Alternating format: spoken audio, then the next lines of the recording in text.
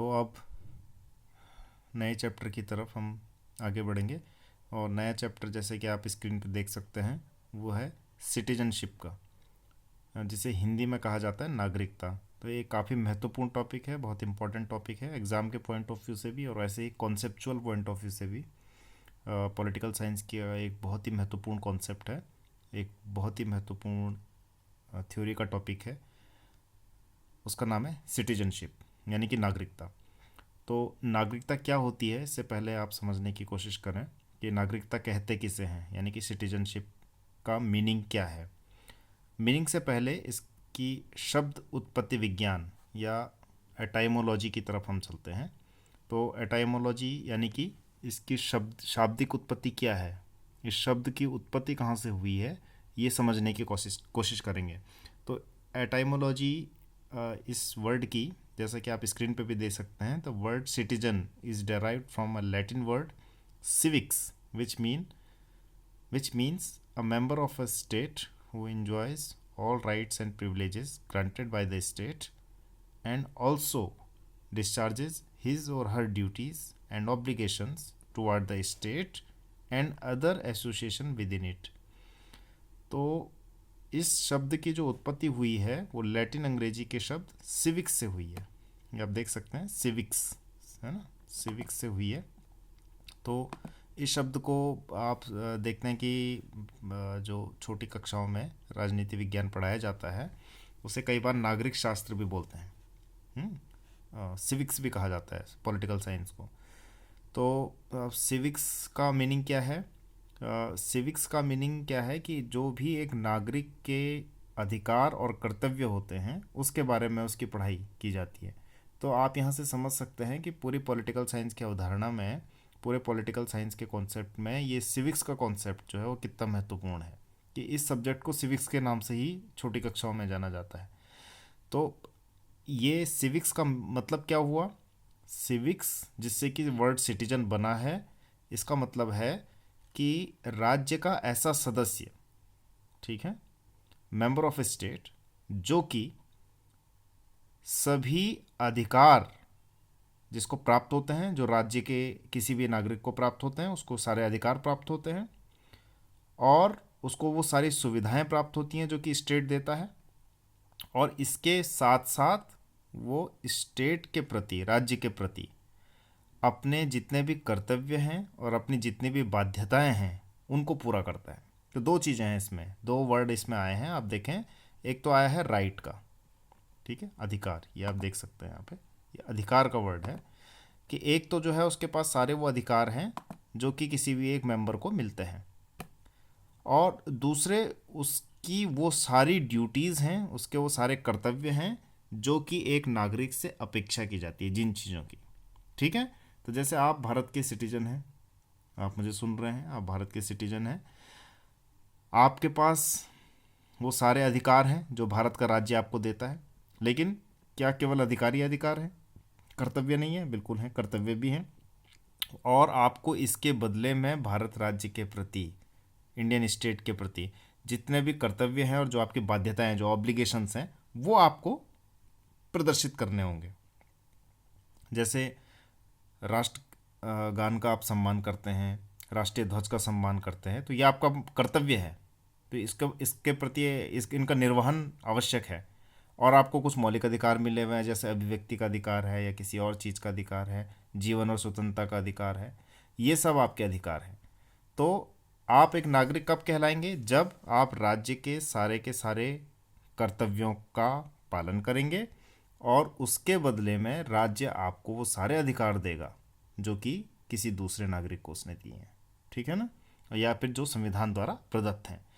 तो आप इसको समझने की कोशिश करें कि सिविक्स का मतलब ये पर्सनलाइज है। देखिए, पर्सन से संबंधित है, मतलब सिटीजन एक पर्सन होगा, और कैसा पर्सन होगा? जो कि राज्य के सारे अधिकारों का उपभोग करेगा और इसके बदले में राज्य के प्रति सारे कर्तव्यों को प्रदर्शित करेगा। तो ये इसकी डेफिनेशन है, इसकी परिभाषा है, ठीक है।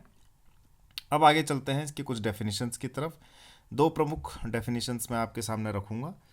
एक तो गैटल की है, आप देखें कि जो नीले अक्षरों से लिखा हुआ है, ब्लू अल्फ़ाबेट से जो लिखा हुआ है, वो स्कॉलर्स के नाम है। तो दो बड़े महत्वपूर्ण स्कॉलर हैं, गेटल पहला स्कॉलर हैं, और उनकी डेफिनेशन आपके स्क्रीन के सामने आप देख सकते हैं। Citizens are the member of civil society bound to this society by certain duties. यहाँ भी उन्होंने वही बात की है कि नागरिक समाज के ऐसे सदस्य हैं। ये देखिए शब्द जो है थोड़ा सा समझिए, civil society, citizens are the member of civil society. तो सिविल सोसाइटी का मतलब क्या हुआ, ऐसा समाज जो राज्य के अलावा जो समाज होता है, मतलब जैसे समझ लीजिए एक सभ्य समाज है, एक सिविलाइज सोसाइटी है, और उस सिविलाइज सोसाइटी में स्टेट नहीं है, तो स्टेट के बिना जो समाज होगा, यानी कि स्टेट के बाहर का जो समाज होगा, उसे सिविल सोसाइटी कहा जाता है। तो कई बार आप देखते हैं कि सिविल सोसाइटी में कौन लोग हैं, सिविल सोसाइटी में जो ऐसे लोग हैं जो राज्य के मेंबर तो नहीं हैं लेकिन राज्य को प्रभावित करते हैं, जैसे बड़े इंटेलेक्चुअल हो गए हैं, या फिर बहुत जो विचारक लोग हैं, या फिर जो पत्रकार हैं, वो सब सिविल सोसाइटी के मेंबर कहे जाते हैं। तो ऐसी सिविल सोसाइटी जो कि एक सभ्य समाज के लिए बहुत ही आवश्यक होती है, उस सिविल सोसाइटी के ऐसे मेंबर जो कि राज्य के प्रति सारे कर्तव्यों का निर्वहन करते हैं, और इसके बदले में उनको क्या मिलता है कि जो राज्य के जितने भी लाभ हैं, जितने भी स्टेट के राज्य के जो भी लाभ हैं, उनके बदले में उनको मिलते हैं।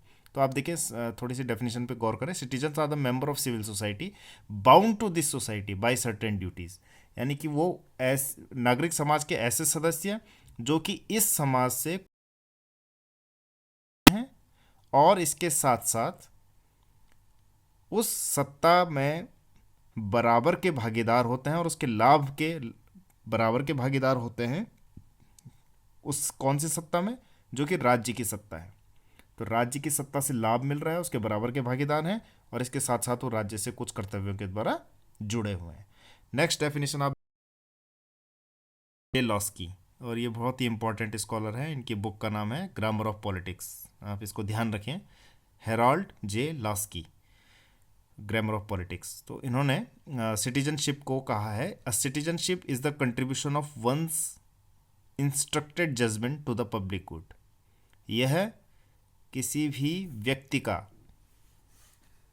ऐसा निर्देशित निर्णय है जिसके पीछे की लोकहित की भावना छुपी हुई है, या इसके दूसरे शब्दों में कहें कि नागरिकता लोकहित के लिए, जनहित के लिए किसी भी व्यक्ति का निर्देशित निर्णय है। तो ये थोड़ी कॉम्प्लेक्स सी डेफिनेशन है, इसको आप थोड़ी सा डिक्लटर करेंगे तो आपको समझ में आ जाएगा। राज्य के प्रति जब आप अपने आप को निर्देशित करते हैं तो इसके पीछे भावना क्या होती है, पब्लिक गुड की, लोकहित की। ठीक है, जैसे मान लीजिए मैं एक कहता हूँ अपने आप को कि भाई मैं एक जिम्मेदार नागरिक हूँ। तो मैं जिम्मेदार नागरिक कब बन सकता हूँ, जब मैं राज्य के कर्तव्यों का, राज्य के प्रति सारे कर्तव्यों का निर्वहन करूँ, सारी जितनी मेरी ड्यूटीज़ हैं, I shall and I must discharge all my duties and obligation toward the state. तो वो क्यों करूँ, इसके पीछे लोकहित की भावना है। जैसे मसलन मैं टैक्स दे रहा हूँ और समय पे दे रहा हूँ, तो टैक्स से क्या होगा, टैक्स से रोड बनेगी, रेलवे का विकास होगा, इंफ्रास्ट्रक्चर का डेवलपमेंट होगा, हमारे देश के डिफेंस में काम आएगा वो पैसा। तो अल्टीमेटली मेरा टैक्स देना एक पब्लिक इंटरेस्ट की बात है, यानी कि लोकहित की बात है। इसमें केवल मेरा हित नहीं बल्कि पूरी दुनिया का, पूरी भारत देश का हित है, स्टेट का हित है। तो जब हम अपने आप का निर्देशित निर्णय राज्य की हित के लिए, यानी कि लोक हित के लिए प्रयोग करते हैं, तो उसे ही नागरिकता कहा जाता है।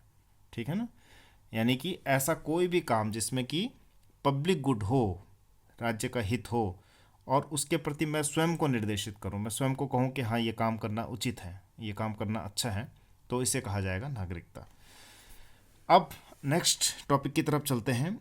कभी आपके दिमाग में एक प्रश्न आता है कि हम सब भारत के नागरिक हैं, तो जो नागरिक यहाँ पर नहीं है, नागरिक नहीं है लेकिन यहाँ रह रहे हैं, तो उन्हें क्या कहा जाएगा। तो ये बड़ा एक इंटरेस्टिंग सा एक टर्म इसको दिया जाता है, opposite of citizen is an alien, लिखा हुआ आपके स्क्रीन में। यानी कि नागरिकता का जो विपरीत है, नागरिकता का जो अपोजिट है, वो है एलियन। एलियन इसे हिंदी में भी ऐसे ही लिखा जाता है, एलियन। अब जब भी आप एलियन शब्द का प्रयोग करते हैं तो आपके दिमाग में वो आता है कि भाई जो दूसरे ग्रह का परजीवी प्राणी है, तो उसे एलियन कहा जाता है। परग्रही प्राणी जो है, तो जो दूसरे ग्रह का यहाँ पर रह रहा है उसे एलियन कहा जाता है। बहुत सारी मूवीज इस पे बनती हैं। यहाँ इसका मतलब ऐसा नहीं है कि दूसरे ग्रह से कोई आया है। एलियन का यहाँ पे मतलब है दूसरे राज्य का नागरिक जो यहाँ रह रहा है। ठीक है, तो एलियन सकते हैं स्क्रीन पे भी। An alien is a person who may be living in the state either permanently और temporarily but they do not owe allegiance to the state which they are residing. यानी कि एक एलियन ऐसा व्यक्ति है जो कि किसी राज्य में स्थायी या अस्थायी रूप से रह रहा हो, परंतु राज्य के प्रति उसकी कोई निष्ठा नहीं होती जिस राज्य में वो रह रहा हो। ठीक है, उदाहरण मान लीजिए कोई अमेरिकन सिटीजन भारत में रह रहा है। ठीक है, तो वो होगा तो अमेरिका का ही सिटीजन, तो वो यहाँ पे या तो स्थायी रूप से रह रहा होगा भारत में या तो अस्थायी रूप से रह रहा होगा, लेकिन उसकी भारत राज्य के प्रति निष्ठा की हम उम्मीद नहीं रख सकते, क्योंकि वो तो अल्टीमेटली सिटीजन कहाँ का है, यूएस का है। ऐसे ब्रिटेन का भी सिटीजन हो सकता है। ठीक है, तो आप देखते होंगे कि कई लोग भारत में घूमने आते हैं, तो कई लोग यहाँ पे जो है कुछ देर के लिए रहने आते हैं, वो भारत विदेशी नागरिक होते हैं, लेकिन वो होते एलियन ही है, क्योंकि उनकी निष्ठा के कि हम उनसे एक्सपेक्टेशन नहीं रख सकते कि वो भारत राज्य के प्रति निष्ठावान होंगे। क्यों? क्योंकि वो भारत के सिटीजन नहीं है। तो स्पष्ट है कि एलियन एक ऐसा व्यक्ति है जो उस राज्य में स्थायी या अस्थायी रूप से रह रहा है, आइदर परमानेंटली और टेम्परेली, लेकिन राज्य के प्रति उसकी कोई निष्ठा नहीं होती। ठीक है, यानी कि वो उस राज्य का नागरिक ही नहीं होता है, उसके न तो राज्य के प्रति अधिकार होते हैं और न राज्य के प्रति कर्तव्य होते हैं। ठीक है, नीदर ही और she discharges the obligations or duties toward the state, nor he or she enjoys the privileges and rights granted by the state, right? तो these are aliens। तो अब आप स्क्रीन पे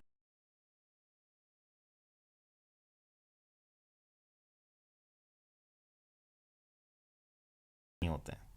ठीक है, पहला पॉइंट है कि यानी कि राजनीतिक अधिकार जो होंगे वो केवल और केवल नागरिक को मिलेंगे। अब ये राजनीतिक अधिकार क्या है? वोट देने का अधिकार, किसी भी सार्वजनिक पद को प्राप्त करने का अधिकार, to hold a public office. ठीक है ना, और कोई पार्टी बनाने का अधिकार है, ये पॉलिटिकल राइट है, राजनीतिक अधिकार है। ये एक सिटीजन के पास होता है, ये किसी एलियन के पास नहीं होता है। ये नहीं है कि कोई ब्रिटेन से यहाँ पे घूमने आया और कल के दिन वो कहेगा कि मैं तो ब्रिटेन का नागरिक हूँ लेकिन मैं यहाँ एक पार्टी बनाऊंगा, राजनीतिक पार्टी, और चुनाव लड़ूंगा ना। ये पॉसिबल नहीं है, ना वो वोट देने का अधिकारी होता है। ठीक है, वो बस यहाँ रह रहा होता है, लेकिन सिटीजन के जितने भी अधिकार होते हैं उसको नहीं मिलते हैं। दूसरा पॉइंट क्या है? No protection in foreign land. अब ये देखें, थोड़ा सा ट्रिकी है ये। दूसरा पॉइंट है कि विदेशी भूमि पर उसको कोई संरक्षण नहीं मिलता, प्रोटेक्शन नहीं मिलता। तो अब आप कहेंगे कि सर प्रोटेक्शन नहीं मिलता है तो क्या ये है कि उसकी जान पे खतरा बना रहे, मतलब कोई भी उसको जो है मार सकता है दूसरे लैंड में? नहीं, ऐसा नहीं है। उस व्यक्ति के जो जीवन का अधिकार होता है वो ज़्यादातर लिबरल डेमोक्रेसीज में क्या है कि कॉन्स्टिट्यूशन इस बात की गारंटी देता है कि सिटीजन के अलावा जो बाहर के व्यक्ति हैं उनकी भी लाइफ जो है वो सुरक्षित रहे। मैं आपको एक एग्जांपल देता हूँ सेकंड पॉइंट का, कि भारत के संविधान में जो आर्टिकल 21 है वो केवल सिटीजन के लिए लागू नहीं होता है, बल्कि वो किसी भी फॉरेनर के लिए या नॉन सिटीजन के लिए, एलियन के लिए भी लागू होता है, और उसका भी है। ये नहीं है कि कोई यात्री यहाँ पे घूमने आता है कोई सुरक्षा नहीं की जाती। आप इस पॉइंट को समझें, दूसरे पॉइंट को, कि वो ऐसे सुरक्षा की मांग, ठीक, ब्रिटेन का कोई नागरिक यहाँ पे आ रहा है तो वो अपने रिस्क पे आ रहा है। वो, हाँ, स्टेट से नहीं कह सकता कि उसको पुलिस की व्यवस्था करे या उसकी जान माल का खतरा है तो उसके लिए पुलिस की व्यवस्था करे। क्यों? क्योंकि भारत का जो राज्य है उसका जो जो मैंडेट है, उसका जो ऑब्लिगेशन है, उसकी जो बाध्यता है वो भारत के नागरिकों के प्रति नहीं है। तो despite of the fact that they are protected by the constitution but they can not demand it. Why? Because the citizenship का जो कॉन्सेप्ट है, बेसिक कॉन्सेप्ट है नागरिकता का, वो ये है कि राज्य के प्रति, राज्य का एक ऑब्लिगेशन है उनके प्रति, हम सिटीजन्स के प्रति, जो हम यहाँ के भारत के सिटीजन हैं उनके प्रति बाध्यता है। ऐसे ब्रिटेन के राज्य की बाध्यता ब्रिटेन के नागरिकों के प्रति है। तो हम किसी प्रोटेक्शन की फॉरेन लैंड में गारंटी नहीं मांग कर सकते। जैसे अगर आपको जान माल का खतरा नजर आता है तो आप हमें पुलिस की व्यवस्था की जाए, कि भाई मेरी जान को खतरा है। इस पुलिस की व्यवस्था आप बाहर के लैंड में नहीं कह सकते कि आप ब्रिटेन में जा रहे हैं और आप ब्रिटेन की पुलिस से कहें कि मेरे लाइफ को प्रोटेक्ट कीजिए। ये बात अलग है कि कॉन्स्टिट्यूशन में दी जाएगी और एक व्यक्ति को भी वो अधिकार सारे प्राप्त हैं जो नागरिक को हैं जीवन के मामले में, लेकिन आप इस चीज़ की डिमांड नहीं कर सकते, ऑब्लिगेटरी नहीं है स्टेट के ऊपर, आप जा रहे हैं। ठीक है। पॉइंट है no right to permanent residence. ये जरूरी नहीं है कि आपको स्थायी रूप से वहाँ रहने का अधिकार प्राप्त हो जहाँ आप जा रहे हैं। एलियन को, विदेशी जो नागरिक है, विदेशी व्यक्ति है उसको। चौथा पॉइंट है कांट बी सब्जेक्ट टू।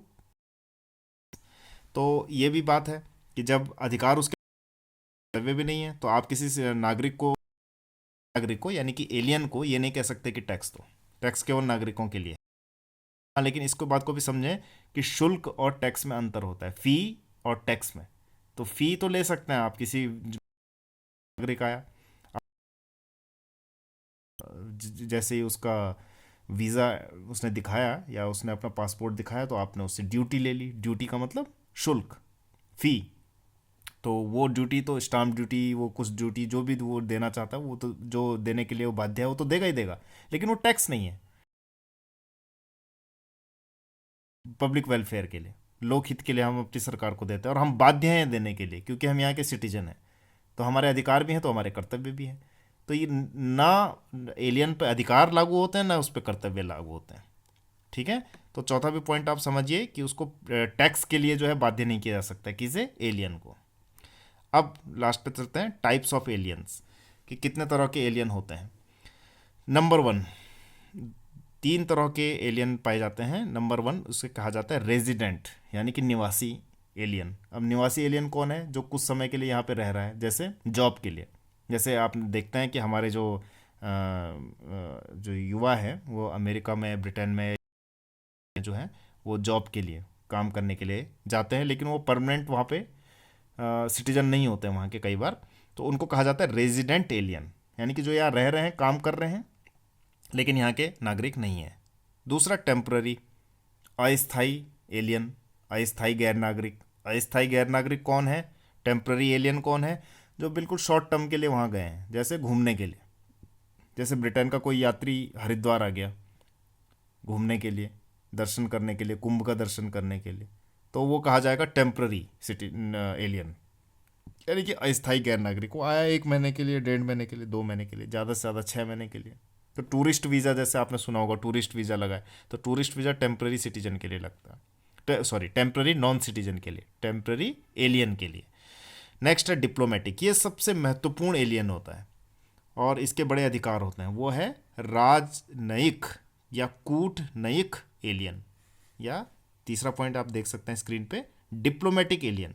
तो डिप्लोमेटिक एलियन कौन होता है? डिप्लोमेट कौन होता है? जो अपने देश का प्रतिनिधित्व उस देश में कर रहा होता है, तो उसको कहा जाता है डिप्लोमेटिक एलियन। डिप्लोमेटिक एलियन जो है बहुत ही महत्वपूर्ण प्रकार का एलियन होता है। एक तो ये जेनेवा कन्वेंशन से प्रोटेक्टेड होता है, आप इसकी जो है वो तलाशी नहीं ले सकते, आप इसको जो है परेशान नहीं कर सकते, इसको जो है बंदी नहीं बनाया जा सकता उस देश के कानून के अंतर्गत। जैसे मान लो किसी दूसरे देश का राजदूत भारत में है, जैसे अमेरिका का राजदूत भारत में है, तो ये डिप्लोमेटिक एलियन का कहलाएगा। वो अमेरिका की सरकार का प्रतिनिधित्व करता है भारत की सरकार के सामने, दूत जिसे कहा जाता है हिंदी में, ठीक है ना। कूटनयिक या दूत या राजदूत, तो जैसे भारत में भी जो इंडियन फॉरेन सर्विसेज के जो ऑफिसर हैं वो राजदूत बनते हैं, आईएफएस जो होते हैं, तो वो डिप्लोमेटिक एलियन कहे जाते हैं जब वो दूसरे देश में काम करते हैं। तो वो बड़े प्रोटेक्टेड होते हैं जेनेवा कन्वेंशन के द्वारा।